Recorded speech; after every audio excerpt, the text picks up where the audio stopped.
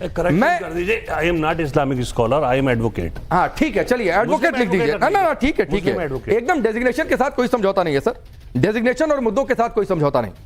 तो चलिए मैं चर्चा की शुरुआत करूं, उससे पहले एक बातचीत मैं करना चाहता हूं। मुझे बताया गया कि आप भी एक विक्टिम रही हैं, एक ट्रेलर आपने देखा, आपके जहन में क्या चल रहा है?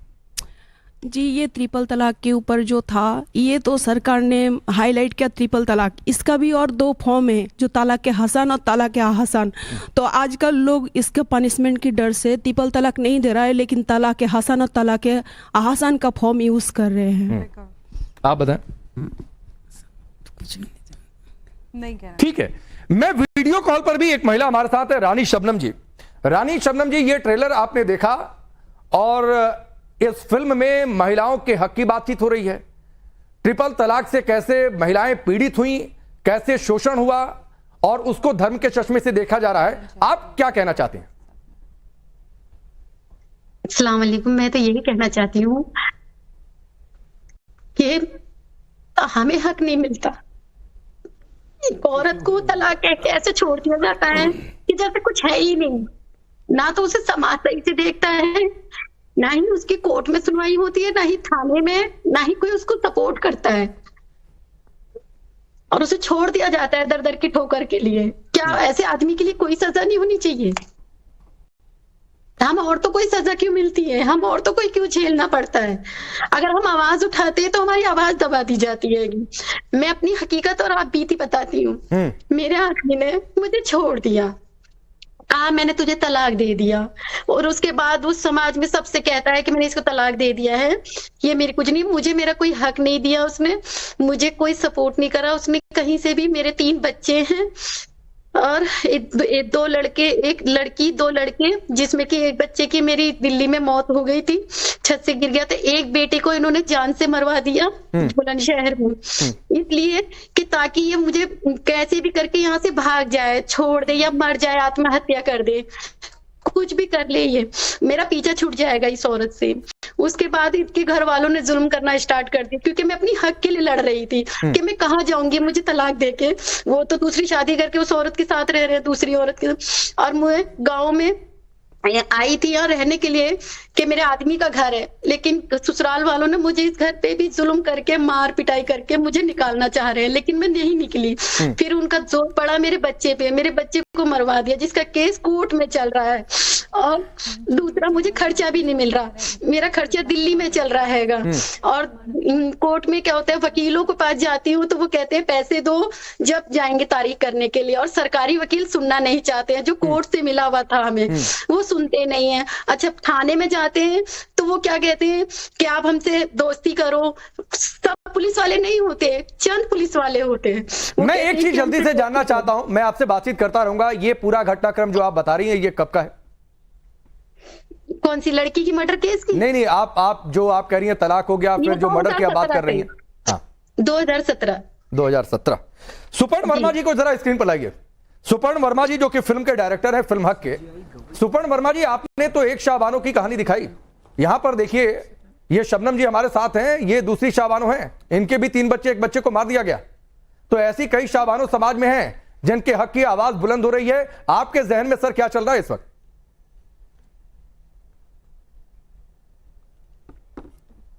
देखिए, मेरे जहन में, मेरे दिल में पहले तो उनके लिए बहुत ही करुणा और प्रेरणा है उनके लिए, उनके दर्द समझ सकता हूं मैं।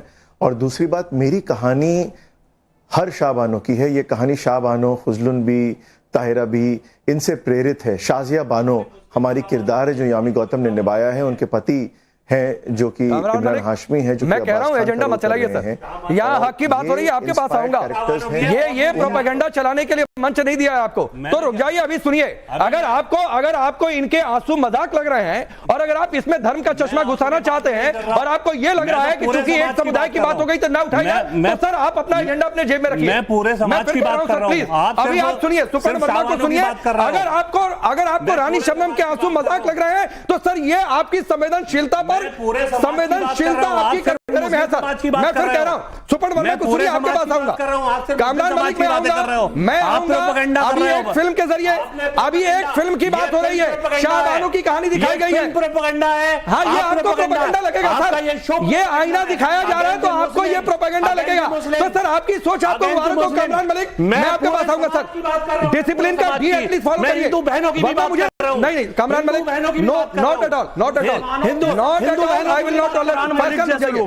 कामरान मलिक अभी रुक जाइए, अभी आपकी बारी आएगी सर, रुक जाइए, इतना मत बतलाइए, शो की शुरुआत नहीं बेचैनी होने लगी आपको, अभी रुक जाइए, अभी तो पूरा शो बाकी है, अभी अलग-अलग डायलॉग सुनाऊंगा, फैसला रुक जाइए। Suparn please please silence, please 1.1 Kamran Malik आप मेरे साथ शो में पहली बार हैं सर। कामरान मलिक सुनिए, कामरान मलिक, कामरान मलिक, कामरान मलिक आप मेरे साथ शो में पहली बार हैं, आपको मेरे शो करने का तरीका सर पता नहीं है, तो डिसिप्लिन फॉलो करिए प्लीज।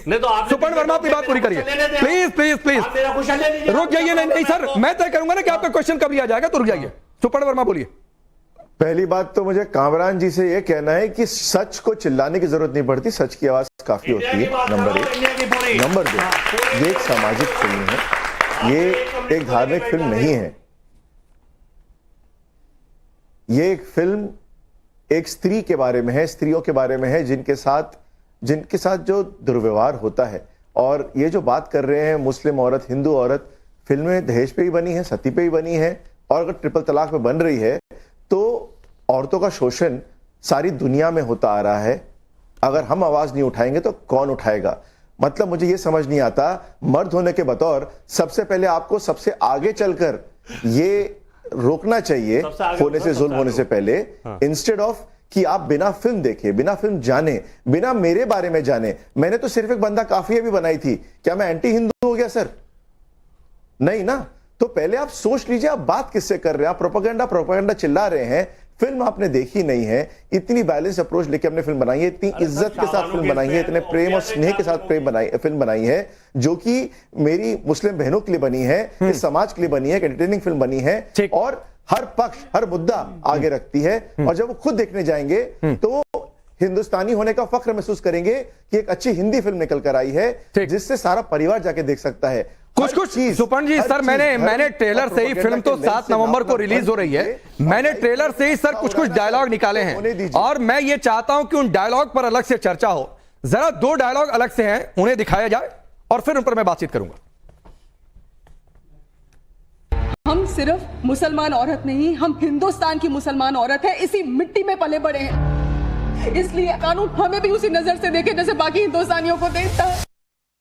हम सिर्फ मुसलमान औरत नहीं, हम हिंदुस्तान की मुसलमान औरत है, इसी मिट्टी में पले बड़े हैं, इसलिए कानून हमें भी उसी नजर से देखे जैसे बाकी हिंदुस्तान। हमारे 3 छोटे बच्चे हैं, महीने के खर्च पर बात हुई थी, अचानक पैसे देना बंद कर दिया। मुस्लिम पर्सनल लॉ और सेकुलर लॉ को आप एक दूसरे के खिलाफ खड़ा कर रहे हैं।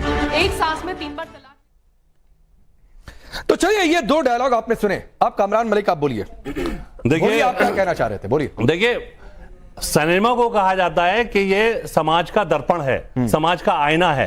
अब देखिए, समाज का आईना अगर मैं आज देखता हूं तो आज का जो है दौर दिखाना चाहिए। दौर कहां का दिखाया जा रहा है? 40 साल पुरानी एक कहानी का, और आज सर पूरा होने दीजिए, नहीं चुपता है ये दौर, प्लीज सुन तो लीजिए सर। दिक्कत हो रही है आपको सर? मेरे हाथ जोड़ के विनती कर रहा हूं, मैं भी हाथ जोड़कर विनती कर रहा था सर। थोड़ी देर पहले मैंने कहा था कि आप मेरे साथ शो में पहली बार जुड़ रहे हैं और आपको मेरे शो करने का तरीका पता नहीं है।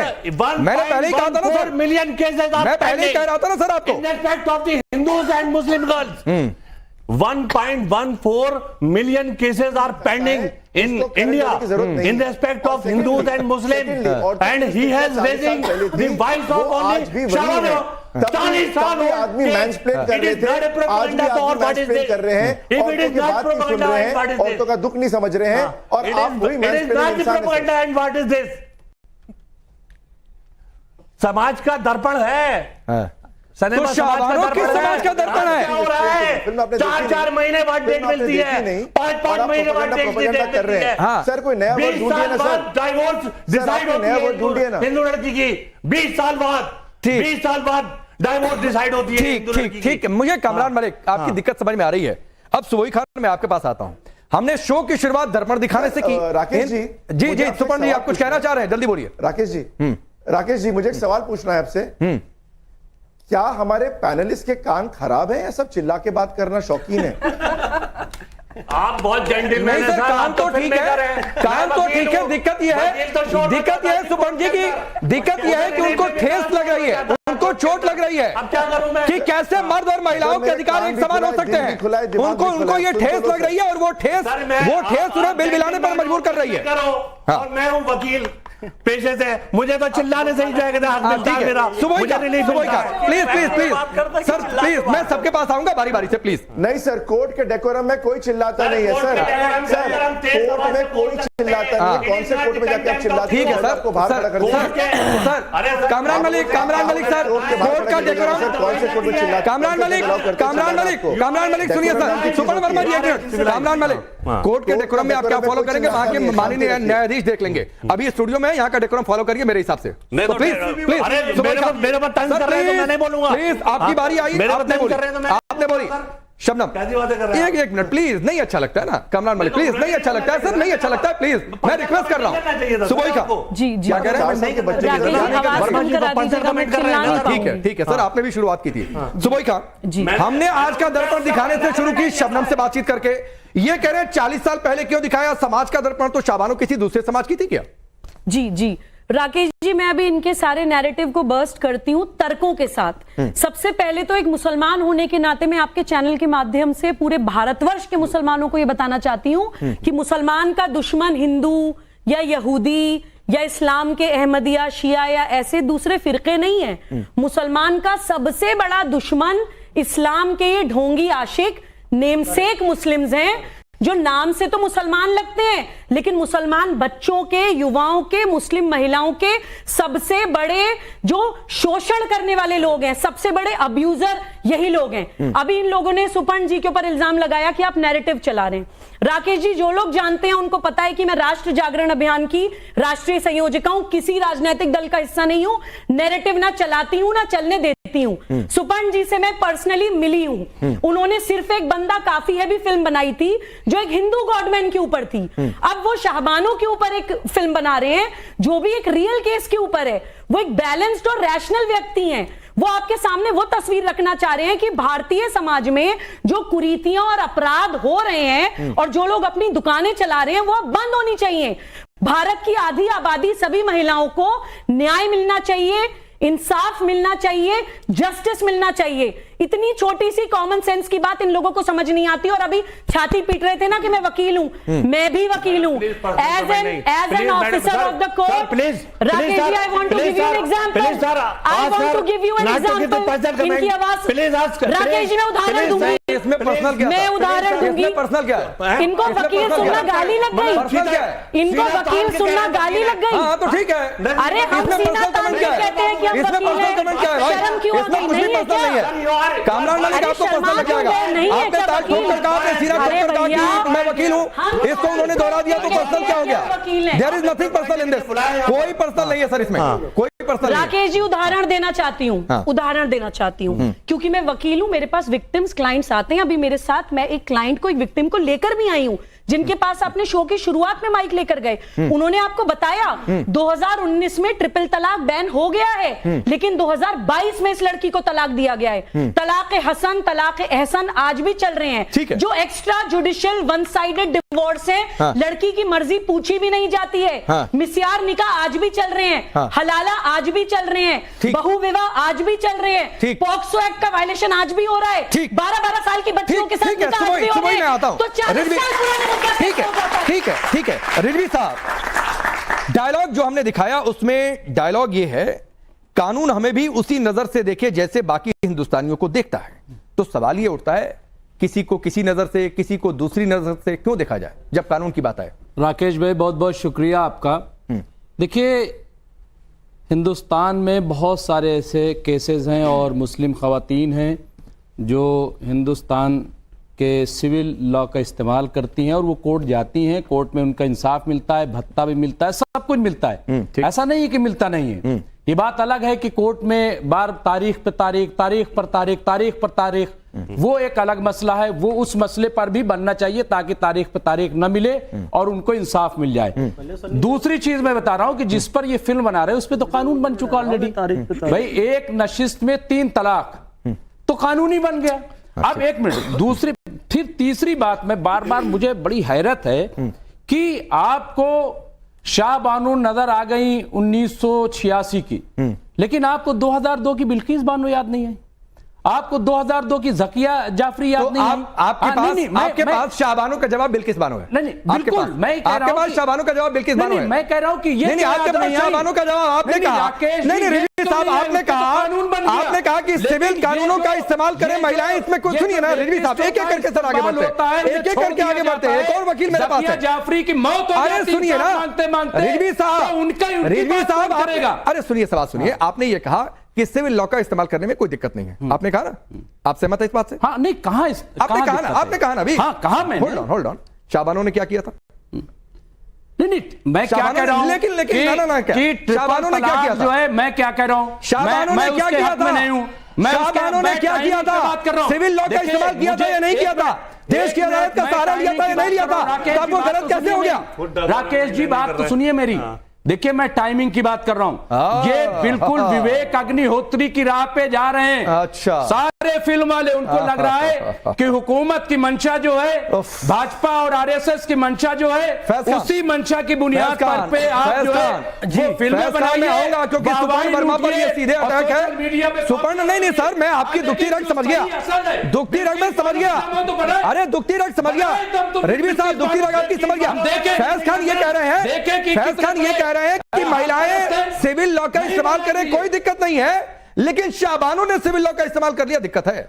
बिस्मिल्लाहिर्रहमानिर्रहीम रब्बिश रह ली सदरी व यस्सिर ली तो न्याय मिला। मिन निसानी मुझे लगता नहीं धर्म को ठेकेदार औरतों को वैसे मर्दों की जरूरत है जो कीजिए वंदे मातरम। देखिए राकेश भाई, एक बात इन कट्टरपंथियों को अच्छे से समझ लेनी चाहिए। आज भारत का मुख्य न्याय अधिकारी काजीउल कुजात नहीं है, चीफ जस्टिस ऑफ इंडिया है।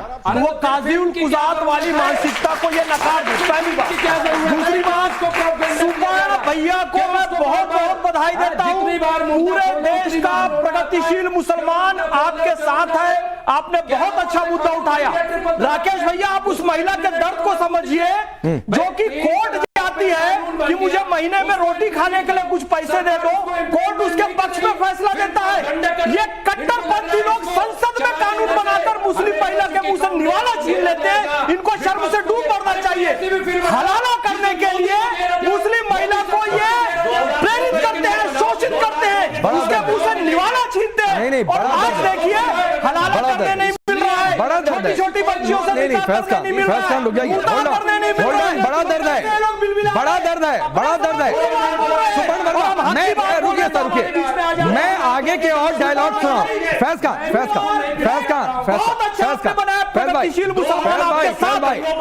रुक जाइए, कामरान मलिक रुक जाइए, मैं आगे के डायलॉग सुनाऊं उससे पहले सुपर्ण वर्मा जी एक टेक। कहा यह जा रहा है कि सब विवेक अग्निहोत्री बन रहे हैं सर, 2002 में सब एजेंडा प्रोपेगेंडा वाली फिल्में बना रहे हैं, ये कह रहे हैं यहां से। रुकिए, सुनिए ना, रुक जाइए सर प्लीज, नहीं अच्छा लगता है कामरान मलिक, प्लीज राकेश जी सुनिए, मैं आ रहा हूं, सबको चुप करिए, मैं कुछ बोलना नहीं कामरान मलिक, ये चिल्लाना, Kamran Malik please sir, Haji market की तरह बंद होंगे, चुप होंगे। पता नहीं क्यों ऐसे बेवकूफों को बुला रहे हैं। ये 4 साल के बच्चों की तरह किंडरगार्टन में चिल्लाना बंद करिए क्लासरूम में। तो मैं जवाब देता हूं, जवाब दूं। मेरा नाम सुपर्ण वर्मा है, ना मैं लेफ्ट हूं ना राइट हूं, अर्जुन की निशानी की तरह सीधा चलता हूं। तो सर आज के मौके पर क्यों नहीं फिल्म बना रहा है सर? आज जो है 1.14 मिलियन केसेस पेंडिंग पड़े हुए हैं। सर मैंने आज के मौके बहुत सारी फिल्में बनाई हैं और मैं एज अ फिल्म मेकर, मेरे को हक है, मुझे हक है, मैं जिस वर्ष की फिल्म बनाना चाहूं उसका मुझे संवैधानिक हक है सर। 2010, 2020, 2040, 2050 या 19वीं सदी कामरान मलिक, फिर तो कामरान मलिक, मैं आपको आखिरी बार वार्न कर रहा हूं सर, गांधी क्यों बन रही है? बहुत डिसिप्लिन के साथ रहिए सर, अनावश्यक टीका टिप्पणी नहीं। कौन है आप? ठेकेदार है? हाँ ठीक है, अपनी बात करिए, लेकिन जिसकी बारी वो ज्यादा बोलेगा। मैं आपको आखिरी बार वार्न कर रहा हूं सर, प्लीज बहुत डेकोरम के साथ रहिए सर स्टूडियो में, प्लीज ये सड़क और चौक चौराहों पर डिबेट नहीं हो रही है, प्लीज। मैं वार्निंग कर रहा हूं सर, आप इसको चाहे जैसे लेना हो लीजिए, मैं आपको वार्निंग कर रहा हूं। अगर नहीं मानेंगे तो उसका तरीका मुझे आता है सर, नहीं मानेंगे तो उसका तरीका मुझे आता है। आगे के डायलॉग रखिए स्क्रीन पर, आगे के डायलॉग रखिए। एक और कुछ डायलॉग आपने देखे, और इस बीच हमारे साथ स्टूडियो में एक और महिला है, और संजोग देखिए कि इनका नाम भी बिल्किस बानो है। वो अलग बात है कि दूसरी बिल्किस बानो जी हैं। आपने ये फिल्म देखी? बैठे रहिए मैम। ये आपने फिल्म देखी, आपके जहन में क्या चल रहा है जो हक की आवाज बुलंद की जा रही है, और ये कहा जा रहा है कि भाई अगर अधिकारों की बातचीत होगी तो कौम के हिसाब से अधिकार मिलेगा या कानून के हिसाब से अधिकार मिलेगा? देखिए, सबसे पहले तो मैं ये कहना चाहूंगी कि सदियां बीत गई हैं, सदियां बीती हैं, मुसलमान औरत जो है उसी अंधेरे में रखा गया और उसको कोई इंसाफ नहीं मिला। ठीक है, वो इंसाफ की लड़ाई लड़ती रही, और मतलब उसको कोई ना तो इंसाफ देने वाला हुआ, ना किसी ने दिया, और उसको गुलाम बनाने की प्रथा है ना जो रखी गई, और जो हमारे सर के ऊपर हमेशा से एक तलवार लटकती थी तलाक की। 3 तलाक जो एक मुद्दा था मुसलमान महिलाओं के लिए, एक बहुत बड़ा मुद्दा था, जिसकी वजह से उन्हें दबाया गया और एक गुलाम की जिंदगी उनको दी गई है। और अगर आज ये मुद्दा उठता है और मुसलमान औरत के अधिकार दिए जाते हैं तो इसमें परेशानी की क्या बात है? हमारे प्रधानमंत्री जी ने। अच्छा, एक चीज और बता दीजिए, मैं आगे बढ़ूं। ट्रिपल तलाक पर तो कानून बन गया, आपको लगता है कि मुश्किलें इससे हल हो गई, या मुश्किलें अभी बहुत सारी बाकी हैं जिन पर अभी चर्चा, कानून बनना, बहुत सारे सुधार बाकी हैं? देखिए, इससे बहुत हद तक हमें सुकून मिला है, क्योंकि हमारी जिंदगी एक ऐसे मझधार में थी मुसलमान औरतों को, जिनको ना तो पढ़ाया जाता था, ना लिखाया जाता है, ना आगे बढ़ने दिया जाता है। एक गुलामों की तरह उनकी जिंदगी बसर हो रही थी, और फिर हमारी शादियां कर दी जाती हैं। हम शादी से निकल के बाहर जाते हैं तो हमारे ऊपर तलाक की तलवार लटकी हुई थी। अरे वो तलवार भी हटेगी और ये गुलामी की जंजीरें भी कटेंगी, मुसलमान औरत आगे आएगी, पढ़ेगी, लिखेगी, आगे बढ़ेगी। ठीक है, आतिकुर रहमान जी, आप मुस्लिम महिलाओं की बात सुन रहे हैं, तो सवाल यह है कि गुलाम बनाकर रखने की ख्वाहिश ही क्यों है?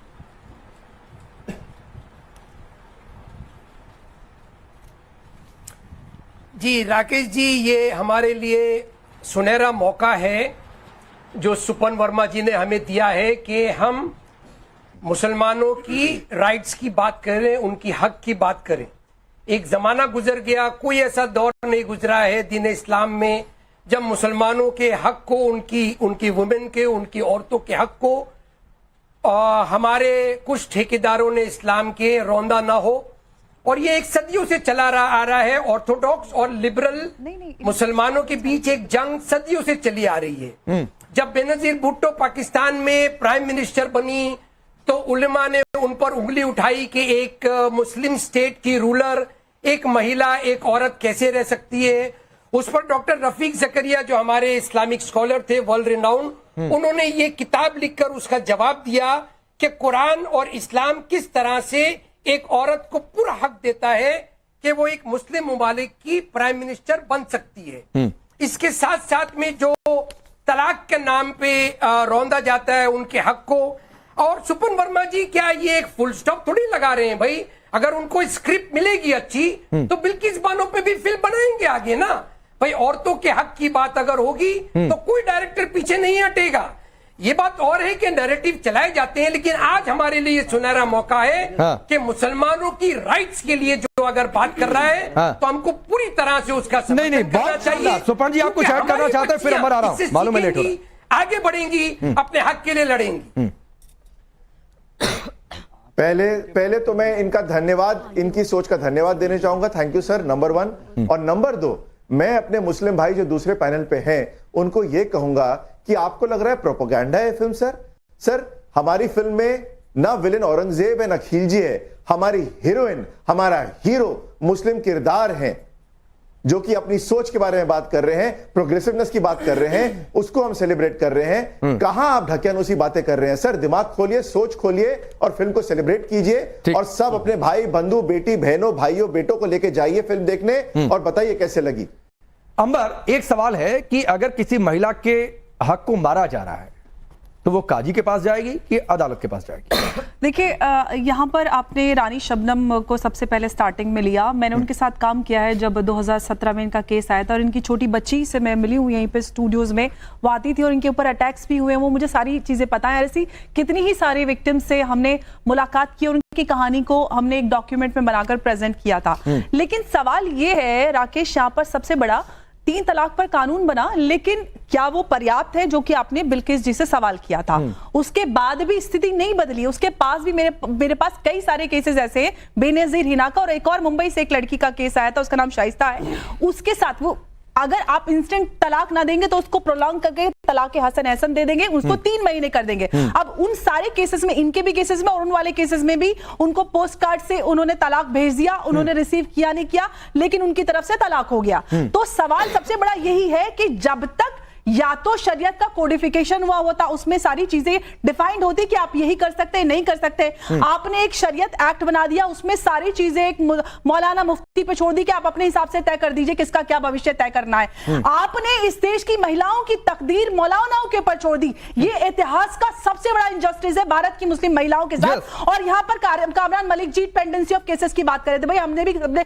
कानून की किताब पढ़ी है, सबको पता है कि पेंडेंसी ऑफ केसेस किस लिए, क्योंकि कॉम्प्लेक्सिटीज ऑफ लॉज है, हर धर्म के हिसाब से अलग अलग कानून है, तो भाई नंबर और पेंडेंसी तो बढ़ेगी। और कामरान साहब, मैं किसी के बीच में नहीं बोली, मैं पिछले 40 मिनट से इंतजार कर रही हूं। प्लीज, आप बोल रहे थे ना, तो मैं आपको रेफरेंस करके, आप इतने अछूते हो रहे हैं तो आप डिबेट में ना आया कीजिए, या फिर सबके बीच में ना कूदा कीजिए। देखिए, सबसे बड़ी बात यही है ना कि हम पॉइंट्स में बात कर रहे हैं, वो बहुत इंपॉर्टेंट मुद्दा है। पेंडेंसी ऑफ केसेस इसीलिए तो बढ़ रही है क्योंकि अलग अलग कानून है, जजेस की संख्या नहीं है। आप यूनिफॉर्म सिविल कोड बना दीजिए, हो जाएगी। अंबर, कुछ और डायलॉग्स है, मैं जरा यहाँ पर आप लोग कुछ कहना चाहते हैं? आपने ट्रेलर देखा जो इन लोगों ने कहा? Hello sir. हाँ, बैठ कर बोलिए। ओके, मेरा नाम श्वेता है फ्रॉम AFT कॉलेज। मैं कामरान मलिक सर से पूछना चाहती हूँ कि अगर केसेस पेंडिंग चल रही है तो इसका ये सॉल्यूशन तो नहीं कि 3 तलाक दे दिया जाए? ठीक है। और किसी का सवाल? हाँ सर, नमस्कार सर, मेरा नाम सुजाता है और मेरा सवाल रूलिंग पार्टी से है कि जैसे आपने कानून तो बना दिया। नहीं, आप पार्टी कोई नहीं है। नहीं, मेरा वैसे सवाल है रूलिंग पार्टी से कि आपने कानून बनाया, बट आपने क्या ग्राउंड लेवल पे ऐसी इंक्वायरी की है या ऐसी रिपोर्ट्स निकाली है कि मुस्लिम वीमेंस को रियलिटी में कुछ फेवर हुआ है या नहीं? जैसे मैंने मैम। हाँ, ठीक है, जल्दी। सबसे पहले तो मैं सुपन जी को धन्यवाद करना चाहूंगा दैट आप लोग आए, और मैं सर आपको इंश्योर करना चाहूंगा इंडिया का हर एक, चाहे वो हिंदू हो मुस्लिम हो, हम आप लोगों के साथ है। और मेरा दूसरा क्वेश्चन कामरान सर आपसे, सर आप you are a well reputed lawyer, तो क्या आप ये इसमें बिलीव करते हैं कि कॉन्स्टिट्यूशन से ऊपर आप पर्सनल लॉस को लाएंगे? ठीक। और किसका सवाल?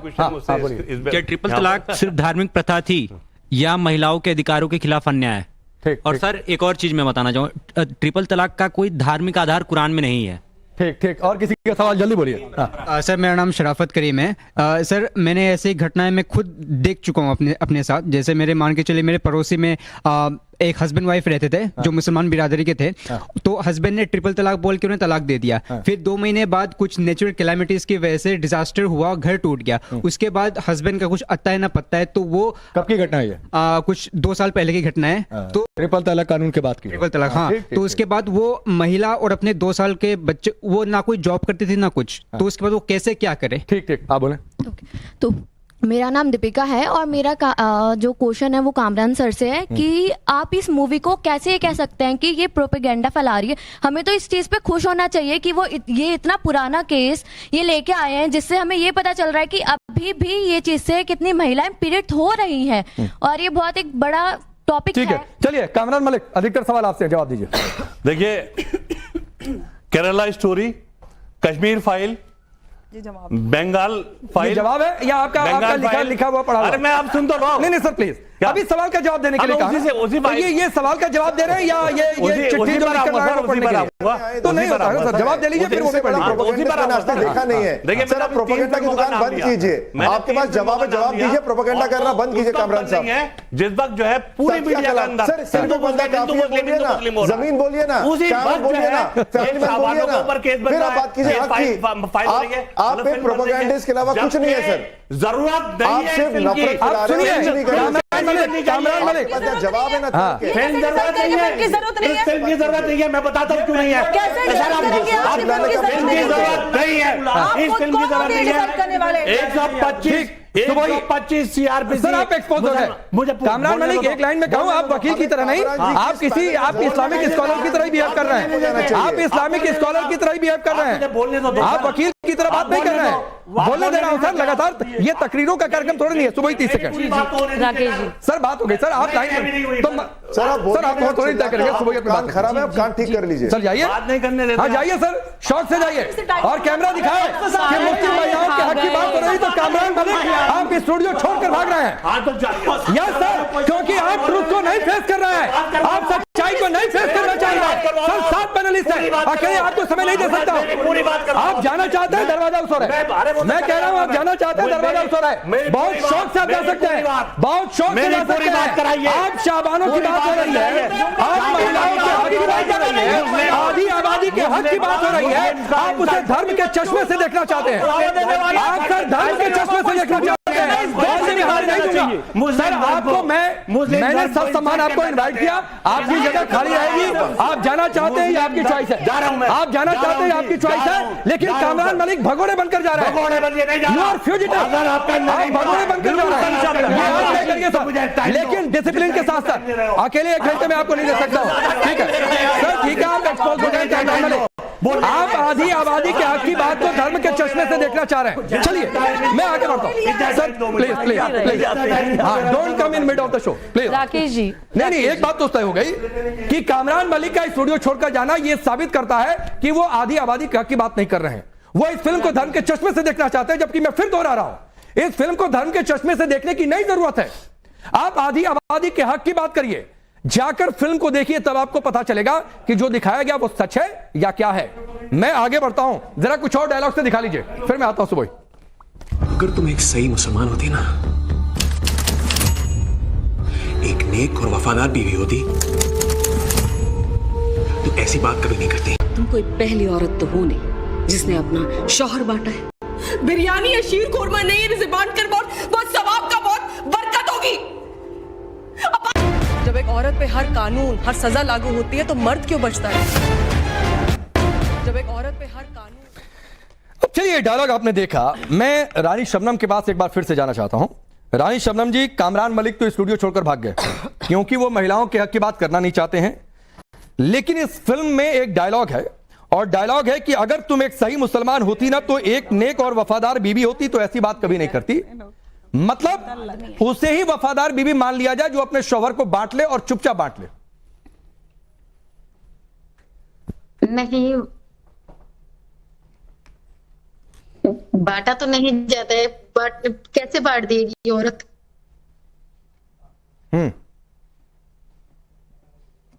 कहना तो यही चाह रहे हैं कि चुप रहना चाहिए था तब शाबानों को, या शाबानों जैसी दूसरी महिलाओं को चुप रहना चाहिए था।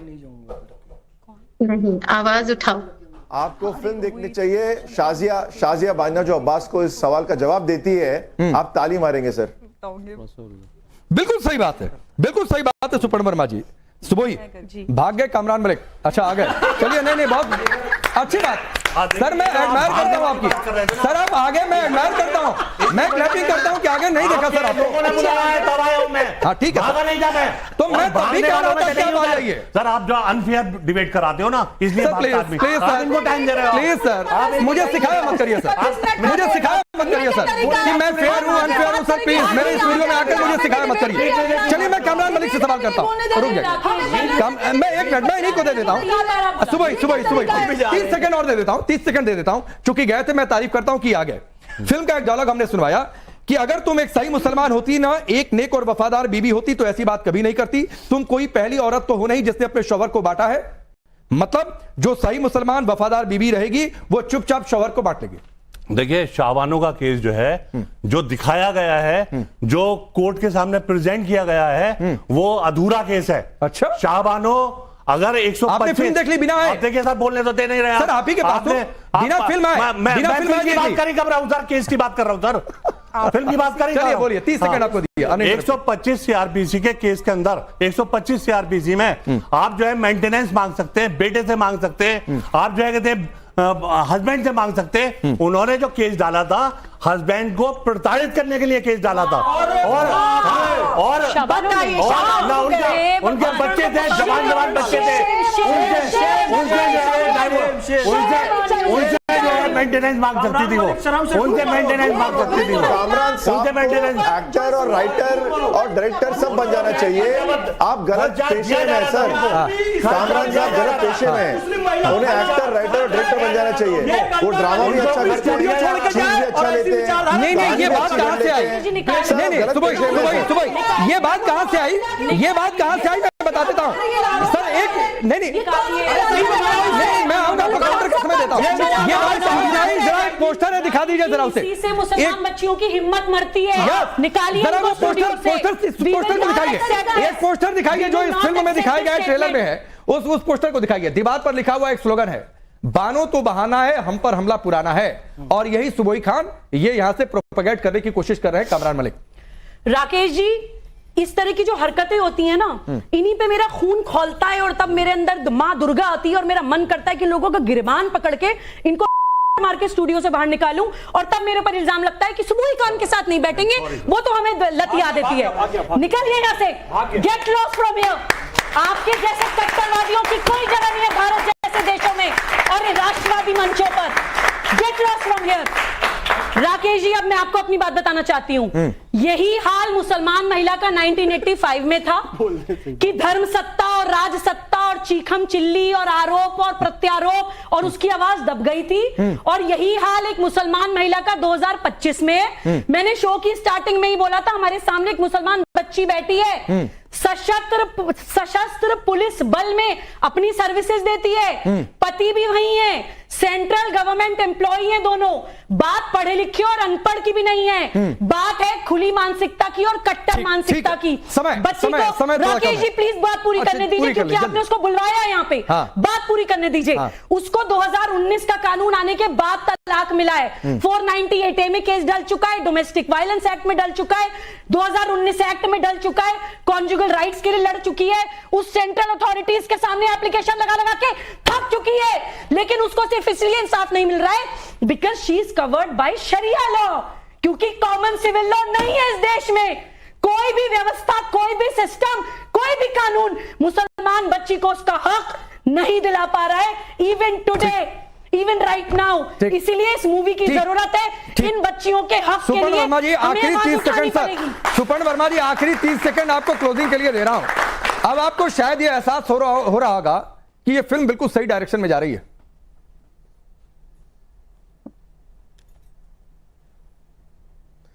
सर मैं इतना जानता हूं, जिस निष्ठा से, जिस प्रेम से, जिस सम्मान से यह फिल्म बनी है मुस्लिम औरतों के प्रति, हमारे समाज के प्रति, हर हिंदुस्तानी के प्रति, यह फिल्म देखने के बाद हर हिंदुस्तानी यही कहेगा कि फाइनली हमारे हक के लिए एक फिल्म बनी है जिसको हम सब ने जाके देखा।